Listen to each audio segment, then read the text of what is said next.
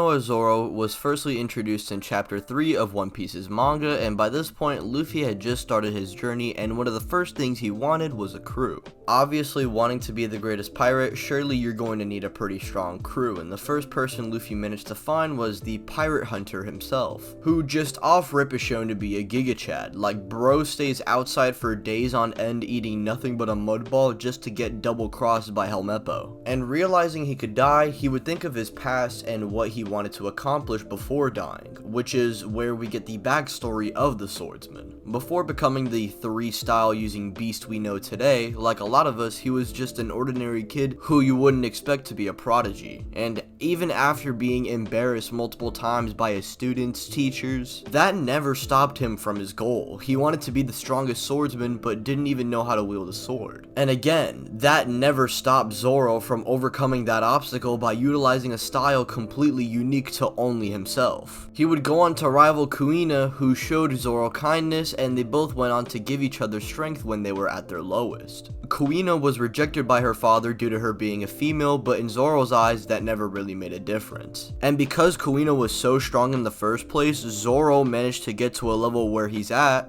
just to get past this obstacle, but now Kuina doesn't even see herself as a threat, which gets Zoro upset. And so they would vow to each other to become the strongest. However, Kuina would go on to fall down some stairs, and I'm not even joking. With the death of Zoro's friend, he vowed to become the strongest swordsman for not only his sake but also hers. You see, they both wanted to be the strongest, but now that rivalry, that race to the top, them building each other up, is all gone now. Kuina saw nothing but a dream, but Zoro will make that dream of theirs become a reality, and he does so by completing his training and then going on to be a bounty hunter to take down powerful foes. That's why he's currently in the position he is in the first place. Anyways, with Zoro saving him, Zoro in return gets his swords back and would go on to join Luffy's crew, which never implied his goal of reaching for the top ever stopped. Luckily, Luffy only wants the best of the best, so that's fine by him, and so we have the first crew member established. Zoro, just from the first few chapters he's introduced in, are genuinely great, and you can't do nothing but respect this guy. I mean, look at the GOAT, he's saving the MC off rip. And meanwhile, in the first 2 arcs he's injured in, he just goes on to defeat the opponents he's up against, and by the time his injuries all heal, he would go on to fight his biggest obstacle yet,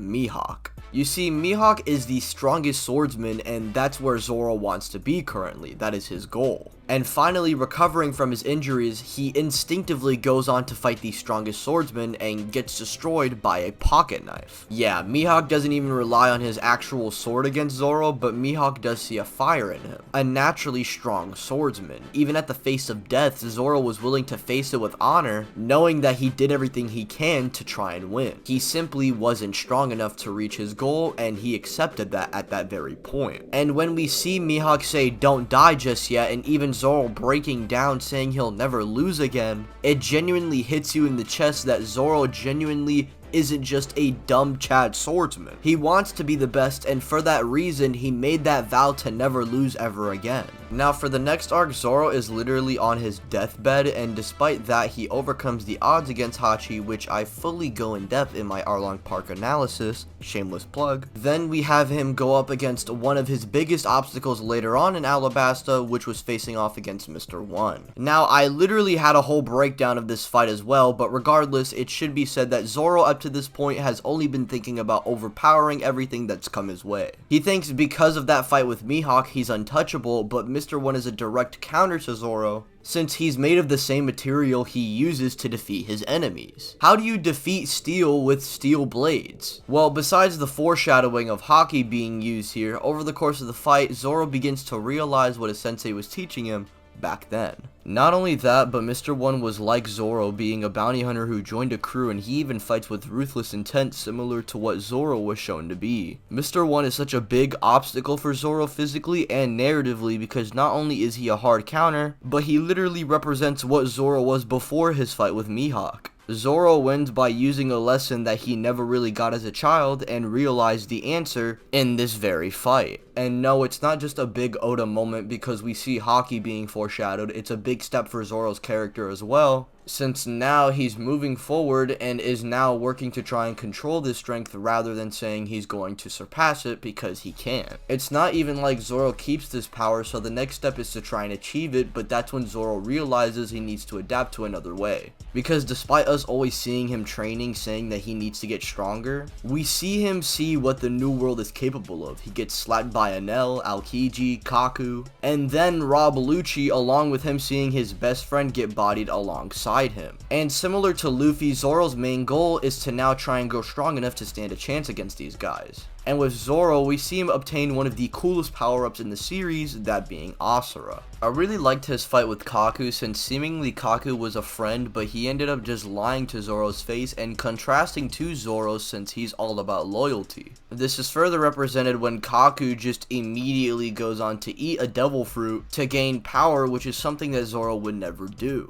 Mr. One sort of represents Zoro from the past, while Kaku represents what Zoro despises in a warrior. And it's super fitting for him to use a power that comes from Zoro's spirit to defeat everything that Zoro stands against. And of course, we have him no longer having a third sword due to his encounter with T-Bone, so now Zoro needs to replace his blade. And that's where we start heading into Thriller Bark, where arguably one of his greatest moments happen. However, before even touching that topic, we need to talk about little scenes that take place during a previous arc. 普段をたらけてんのは勝手だが、仮にもこの俺の上に立つ男がだらしねえ真似しやがったら、今度は俺がこの一味を抜けてやるぞ。あのアホが帰ってくる気になってんのは結構なことじゃねえか。だが、今回の一件に何のけじめもつけず、うやむやにしようってんなら、それは俺が絶対に許さん。その時はウソップはこの島に置いていく。そんなに簡単なことなのか。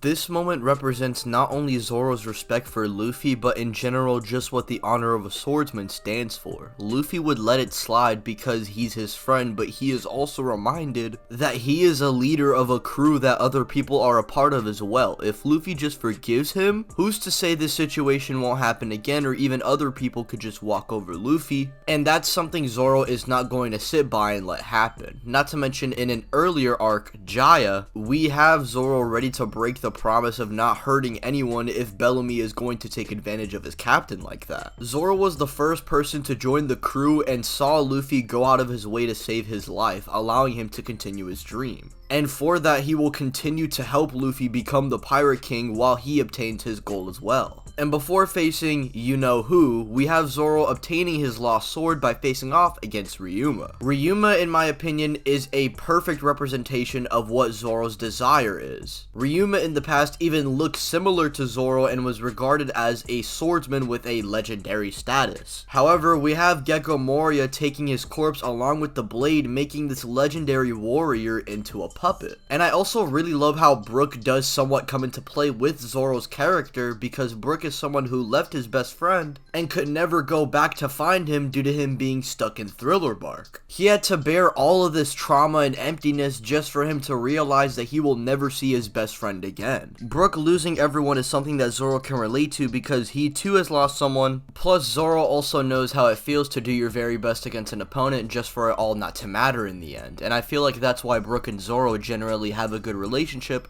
besides them just being swordsmen. Brook was at his lowest and Zoro picked him back up, similarly to how a fellow swordsman picked up Zoro's confidence after they fought. And it's even more satisfying to see Zoro defeat Ryuma and Ryuma being glad that he won. And even after fighting an enemy that was based on his best friend's moveset and then fighting the person who caused this in the first place, he would still go on to face off against a warlord, that being Bartholomew Kuma. Oh brother, this entire fight gives me chills due to how intense the entire situation is. Zoro is at 1 HP basically, and even despite this, we have him dodging Kuma's attacks and not giving up. And when his best friend is threatened, in a time of crisis, he's able to actually damage Kuma himself, but it simply isn't enough. Zoro is simply out of his league here, and now he is given a choice. He could let Kuma kill Luffy right here and now, or he instead could take all the pain that Luffy has endured for the entire saga. And Zoro already, mind you, is at 1 HP, and he would proceed to only take a small chunk just to see what it feels like, and his entire body would just shake in pain. But Zoro, knowing he must protect his comrade, would take all of Luffy's pain at once.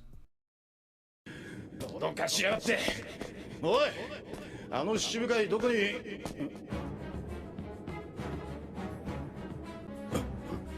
なんだこの血の量は。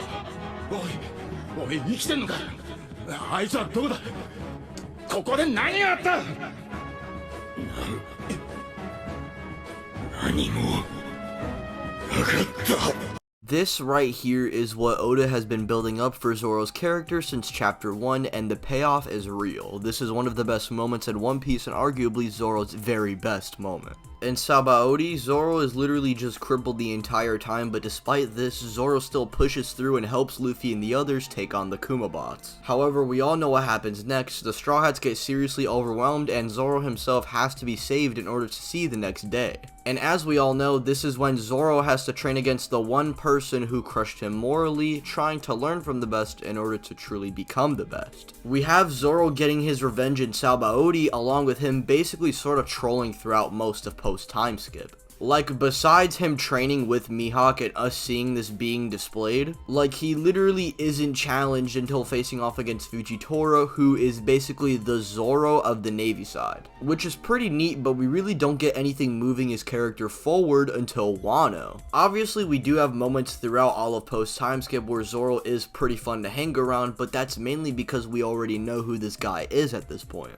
And not to mention, we don't even see him in Whole Cake where everyone else was getting big moments. Wano is really where they start to pick things up for the character, which in my opinion is just all heightening Zoro's legacy and what he wants to be in the first place. And the build up for Zoro and Wano in general is just crazy because he even said himself that he's always wanted to visit Wano. We have him being commended by one of Wano's greatest warriors, and now he's harnessing the power of a great swordsman who pressed a Yonko. And then in this very same arc, we have him fighting King, who in my opinion is Zoro's best opponent. King and Zoro are both loyal to their captains, however what separates them is King doesn't really have any ambition. He's simply strong for the sake of making sure his captain gets where he wants, but he himself does not have a goal to really motivate him. Zoro is all about ambition and pushing himself to reach his goals, plus also helping his captain along the way, which is why Zoro promises to not lose and help his captain become king of the pirates. He uses the full power of Enma and manages to control it, defeating King, but then suffering the consequences. It's unknown of what's currently going on with Zoro, but whenever Wano finishes, I'll for sure make a follow-up video talking about that. But until then, I'm going to sleep. Good night.